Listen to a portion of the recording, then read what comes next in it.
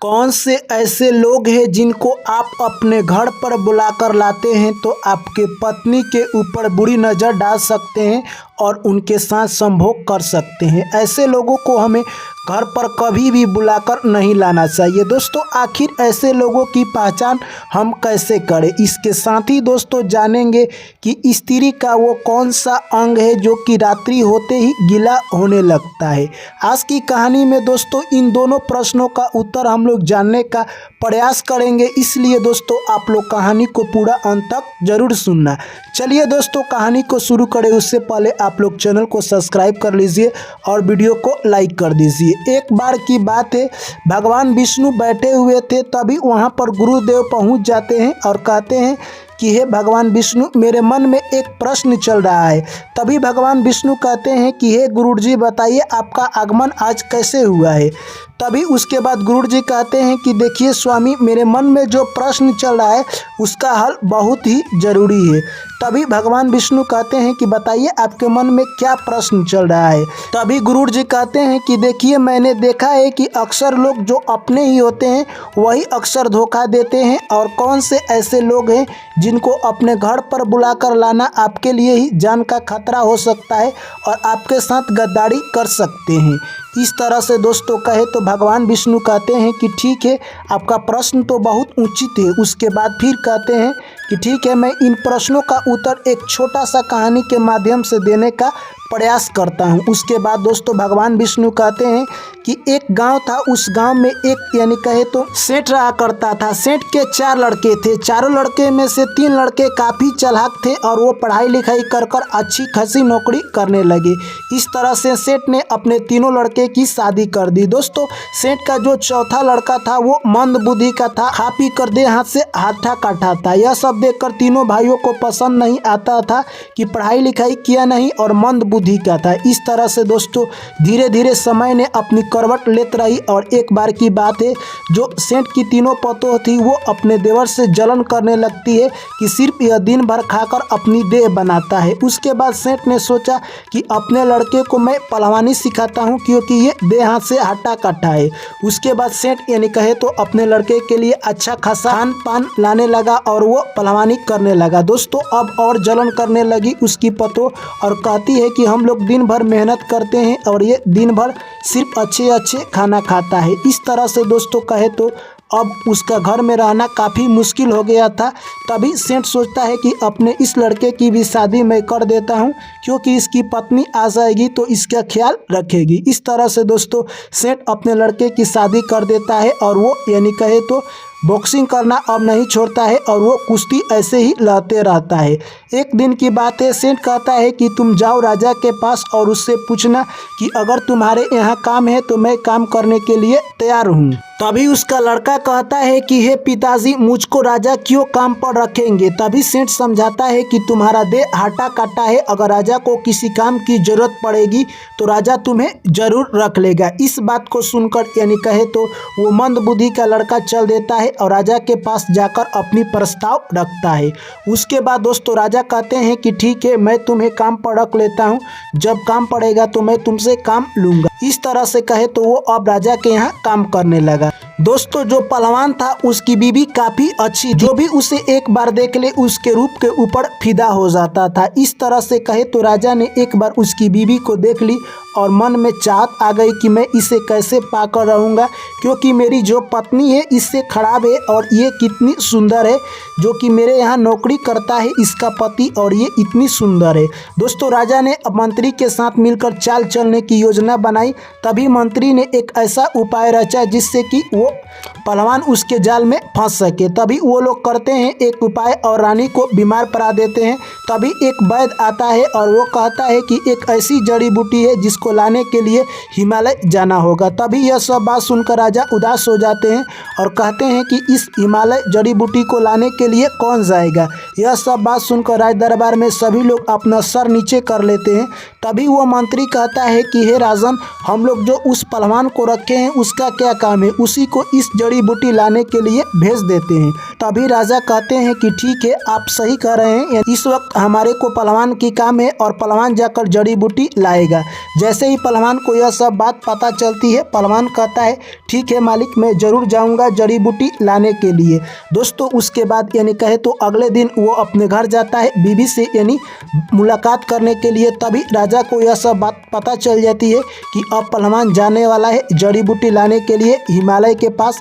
यह सब देखकर वो मौका का इंतज़ार करने लगा और कुछ दिनों के बाद अपने मंत्री को भेजता है कि जाकर तुम पता लगाओ कि यानी पहलवान गया है कि घर पर ही है।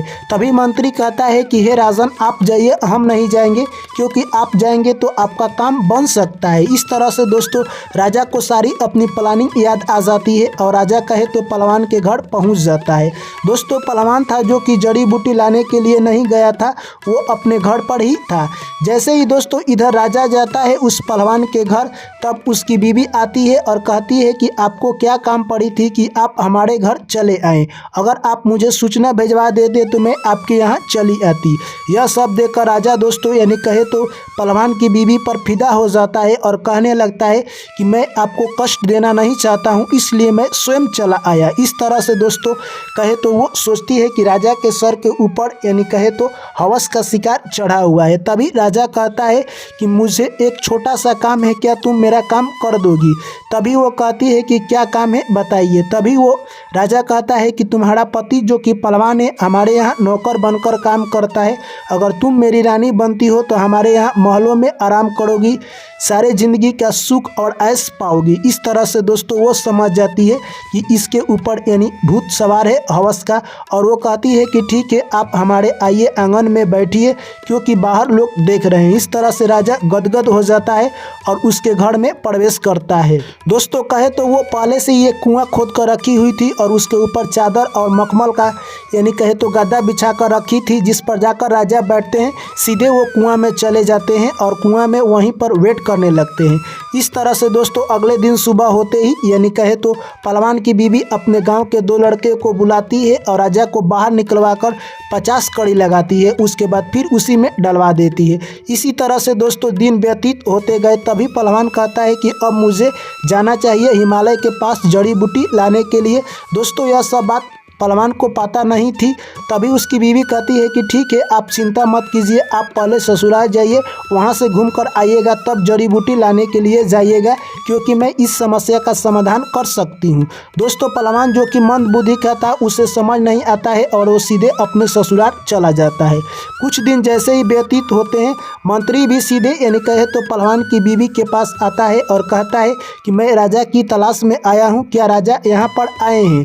दोस्तों मंत्री सब कुछ जानता था, परंतु यानी पहलवान की बीवी के सामने कुछ यानी कहे तो अनजान बन रहा था। तभी उसकी बीवी कहती है कि नहीं, राजा साहब तो यहाँ नहीं आए हैं। तभी वो मंत्री कहता है कि मैं आपसे प्यार करता हूँ, क्या आप मेरे साथ राज दरबार में चलेगी, क्योंकि आपका पति जो गए हैं हिमालय पर जड़ी बूटी लाने के लिए, वो वापस लौट कर नहीं आएंगे। तभी वो समझ जाती है कि इसके ऊपर भी हवस का शिकार है और कहती है कि आप अंदर आइए, यह सब बातें हम लोग बैठ कर करेंगे। दोस्तों यह सब बात सुनकर मंत्री गदगद हो जाता है और जैसे ही मखमल के तोशक पर बैठता है, वो भी कुआं में चला जाता है और राजा के ऊपर जाकर गिरता है। तभी कहता है कि आप यहाँ कैसे? तभी राजा कहते हैं कि तुम यहाँ कैसे आ गए? दोनों ने अपना कहानी बताई। इतने में ही दोस्तों सुबह हो जाता है। फिर पहलवान की पत्नी निकलवा कर लड़के से फिर 50-50 कड़ी दोनों को लगाती है। इस तरह से उनकी हालत अब खराब होने लगी। तभी दोस्तों राज दरबार में हाहाकार मच जाता है कि राजा और मंत्री दोनों गायब हैं, आखिर ऐसा क्यों हुआ? तभी दोस्तों यानी कहे तो उनके जो सलाहकार थे वो भी राजा को पता लगाने के लिए पहलवान के घर पहुंचता है और कहता है कि राजा और मंत्री क्या यहाँ पर आए थे? तभी वो समझ जाती है कि ये अगर पता चल गया तो जाकर चारों तरफ राज दरबार में हाहाकार मचा देगा। तभी पहलवान की पत्नी कहती है कि वो लोग तो यहाँ नहीं आए थे। तभी वो सलाहकार कहता है कि नहीं, मुझे गुप्तचरों से पता चला है कि पहलवान के घर ही राजा और मंत्री गए हैं, क्या आप मेरे साथ चलना पसंद करेगी राज दरबार में, क्योंकि आपका पति अब आने वाला नहीं है। मैं आपका अच्छी तरह से ख्याल रखूंगा। यह बात सुनकर वो समझ जाती है कि इसके ऊपर भी हवस का शिकार है और वैसा ही सलूक करती है जैसे राजा और मंत्री के साथ किया था। वो भी कुआं में चल जाता है और जैसे ही सुबह होता है तीनों को निकलवा कर 50-50 कड़ी मरवाती है दोस्तों, और इस तरह से अब वो पागल के रूप धारण कर लेते हैं दोस्तों। ऐसे ही समय निकलता गया, तब तक उसका पति ससुराल से आ जाता है और एक पौधा लाकर घर में रखी थी और बोलती है कि ये पौधा लेकर तुम राज दरबार में चले जाओ और कहना कि यही जड़ी बूटी है जो कि मैं हिमालय से जाकर लेकर आ गया हूँ दोस्तों। इधर रात्रि में राजा, मंत्री और सलाहकार को छोड़ देती है। जैसे तैसे वो छुप कर राज दरबार में पहुंच जाते हैं और अगले दिन राज दरबार में उपस्थित होते हैं। तभी वहां पर पहलवान पहुंचता है जड़ी बूटी लेकर। तभी उसमें से एक व्यक्ति देखकर बोलता है कि ये तो चमकीला पौधा है। तभी वो दोस्तों पहलवान कहता है कि राजा साहब, आपके बारे में सब कुछ मैं जानता हूँ। अगर आप इस जड़ी बूटी को स्वीकार नहीं करते हैं तो मैं आपका पोल खोल दूंगा। इस तरह से राजा कहते हैं कि नहीं, यही है दोस्तों। इस तरह से यानी भगवान विष्णु कहते हैं कि हे गुरुजी, आपके प्रश्नों का उत्तर मिल गया होगा कि कौन सी लोगों को अपने घर पर नहीं बुलाना चाहिए। तभी गुरुजी कहते हैं कि ठीक है, आपने जो कहानी सुनाया उससे मुझे पता चल गया है। तो दोस्तों मैं आशा करता हूं कि ये कहानी आप लोगों को समझ आई होगी। और दोस्तों दूसरा प्रश्न है कि स्त्री का वो कौन सा अंग है जो कि रात्रि में गीला हो जाता है। तो दोस्तों आपको बता दें, स्त्री का वो योनि है जो कि रात्रि में गीला हो जाता है सेक्स के दौरान। जी हाँ दोस्तों, चलिए मैं आशा करता हूँ कि कहानी आप लोगों को पसंद आई होगी। तो वीडियो को लाइक कर दीजिए, चैनल को सब्सक्राइब कर दीजिए। पुनः आप लोगों से मुलाकात होगी एक न्यू वीडियो में। तब तक आप लोग मुझे दीजिए इजाज़त। सभी साथियों को मेरा प्यार भरा नमस्कार। जय श्री कृष्ण, राधे राधे।